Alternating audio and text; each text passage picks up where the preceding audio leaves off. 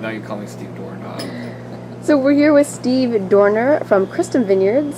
Steve, we are lucky to have you in the store today, and we were hoping to get a few words from you, as well as taste some delicious wines. Could you maybe briefly tell us a little bit about yourself and Christum? Well, Christum was started in 1992 by a couple from Pennsylvania, Paul and Eileen Gary. They came out to the IPNC, which is International Pinot Noir Celebration, held in McMinnville, Oregon in 1991. And Paul fell in love with Oregon and started looking for some property and found an existing little winery and vineyard. He originally just wanted to get a vineyard, but this had a winery on it, so consequently he needed a winemaker. So I contacted myself. Mark Phelps was our vineyard manager, and Paul all started at the same time back in 1992. And I had been making wine down in California and came up to Oregon and never looked back. It's been really, really great. We started out just making three wines. I think our first vintage, we made some Chardonnay and 2 Pinot Noirs of Willamette Valley and a Reserve. And what year was that, sorry? 1992. 92. Okay. So we've been at it for a while. And then we just added some single vineyards along the way. So today we make 6 different Pinot Noirs. We still make the 2 blended ones. We don't call them Willamette Valley Reserve anymore. They're now Mount Jefferson Cuvée and Summers Reserve. And then 4 single vineyards that are named after Eileen, which is Paul's wife. And then we have Marjorie, Louise, and Jesse, all family names. And Christum is named after their children, Chris and Tom. Okay. And Tom is now working for us full time. So it's a family business, and I'm not related to the family, but I'm part of the family, so it's great. Excellent. So we're lucky we have a few marquee regulars, staff members, customers, Mads, and we're trying the Pinot Gris to start. So why don't you tell us a little bit about the Pinot Gris? Well, this is an estate bottling. It's all from our vineyards.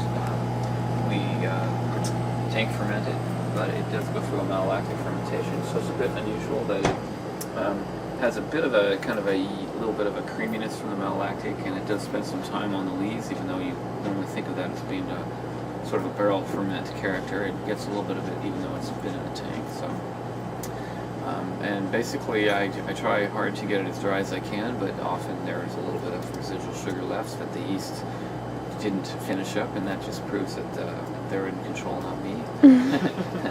But it's not very sweet, but there's a tad, I can't even remember, to be honest with you. It's like 0.3 or 0.4 residual sugar, but it just I think gives it a nice creamy texture and stuff. So. Now, is that due to ripeness at harvest, or?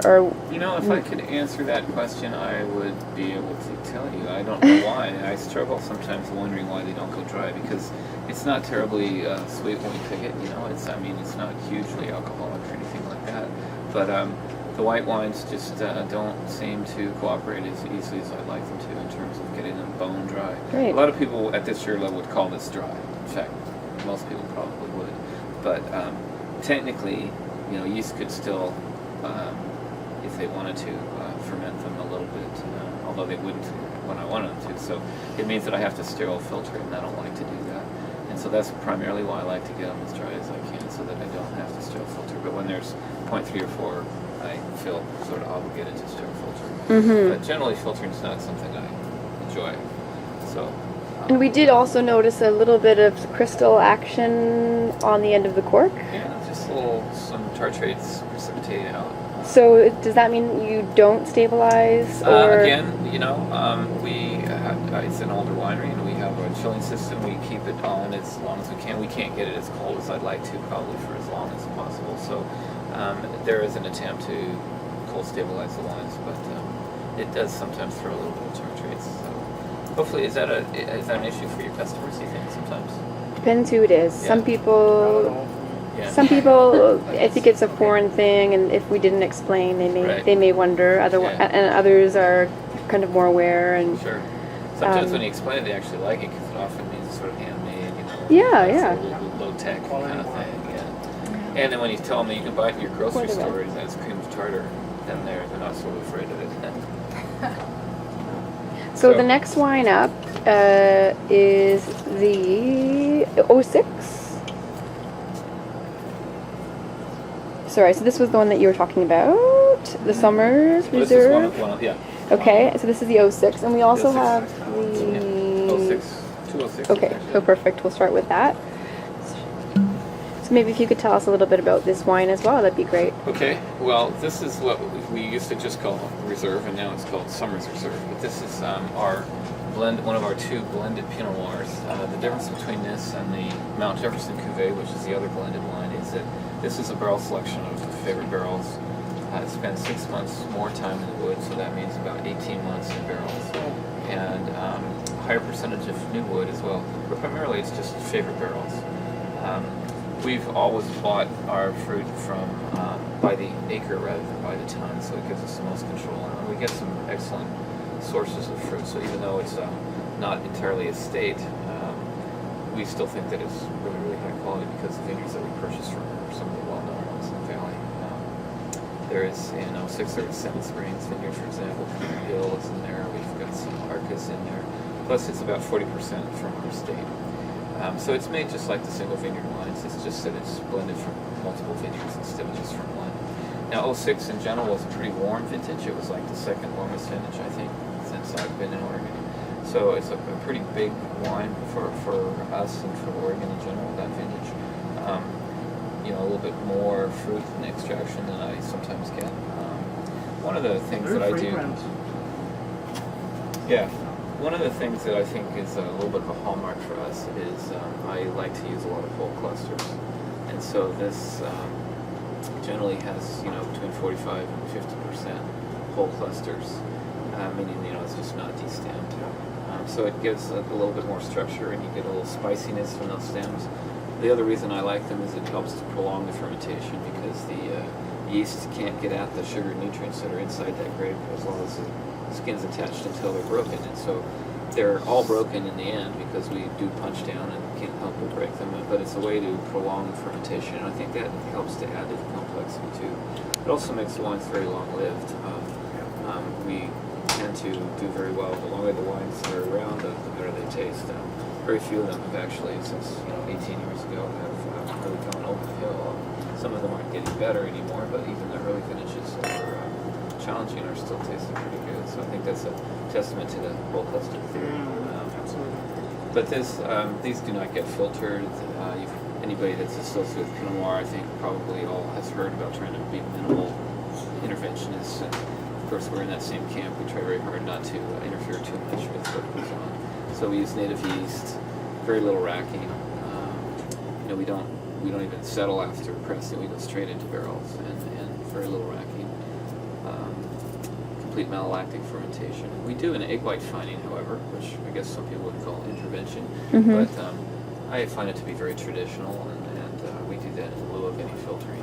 So they do get racked out of barrels, fined one time with egg whites, and then bottled. And then we try to... So as far as non-intervention, does that apply in the vineyards as well?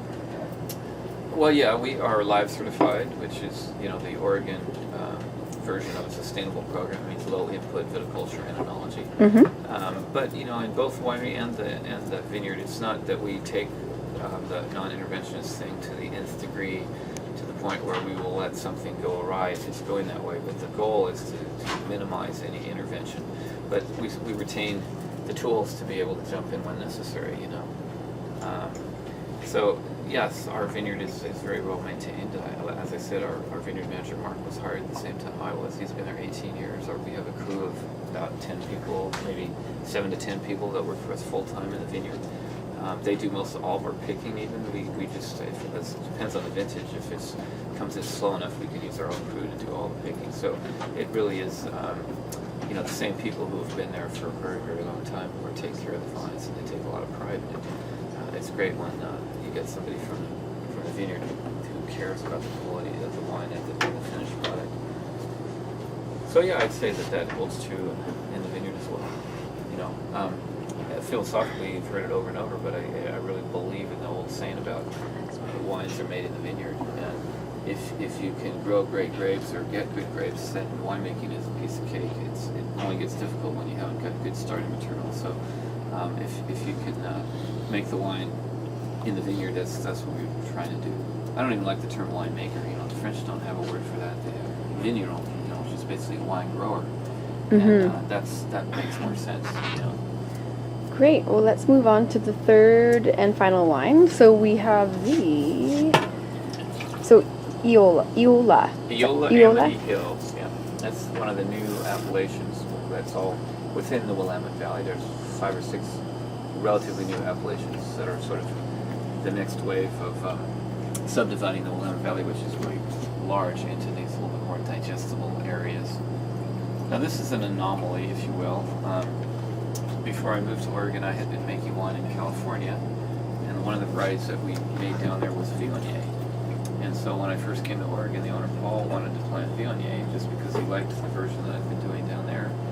And I was kind of against the idea, thinking I was moving to a cool climate, and I didn't think Viognier would do so well. But we only planted an acre of it, and it was his property, so what did we have to do? I said, I'll try to make it. But it was quite successful and still is. So we've been making the Viogniers commercially since '95. And then in '02, after the 9/11 thing, and the market seemed to slow down quite a bit. We already had quite a bit of Pinot Noir planted, and we had more Chardonnay than we thought we wanted. We decided we were going to graft over some Chardonnay, and we decided to try some Syrah because of the success of the Viognier. And again, I said, well, I don't know if it'll ripen, but I said that about the Viognier. So this is actually from fruit on the estate in the Willamette Valley, which is quite rare. Most of the people making Syrah up there now are buying the fruit from southern Oregon or eastern Washington or something, but this is grown right on our site. So our first vintage of it was in '03, this year after the grafting. This is in '06. It was a warm vintage, so the Syrah did quite well. It is a bit trickier than the Viognier to get ripe. So, for example, in '07, which is a cooler vintage, wetter vintage, we decided that we weren't going to try to make the Syrah under our label at least. But the '06 did quite well because even though it was a warm vintage, this is definitely not an over the top type Syrah. It's pretty restrained, more northern Rhone than Australian or Walla Wallan or whatever. And it's done well for us. It's a bit of a marketing nightmare though, because our focus really is still on the Pinot Noir, and we make 6 of those, and of course you kind of have to follow the Pinot Noir with Syrah because it's so much bigger, and unfortunately that's sometimes what people walk away remembering, and that's not really our goal. So enjoy the Syrah, but buy the Pinot Noir too, because it's delicious. What does everyone think? Mads, what do you think? How do you like the Syrah? I like it. I think that's a nice chocolatey profile, and I do break on the Connasse kind of Yeah. quality there. Right. Chocolates, minerals. A lot of people find some white pepper in it. Yeah. It kind of minerality. Excellent. Well, Steve, we're so grateful to have you had stop in the store today and walked us through these wonderful wines. Christum it's a staff favorite here in the store, and it's very popular within Vancouver and BC. So we're thrilled to have you. Very popular with us too. So. Excellent. Thanks so much for stopping by. Thanks everyone for watching.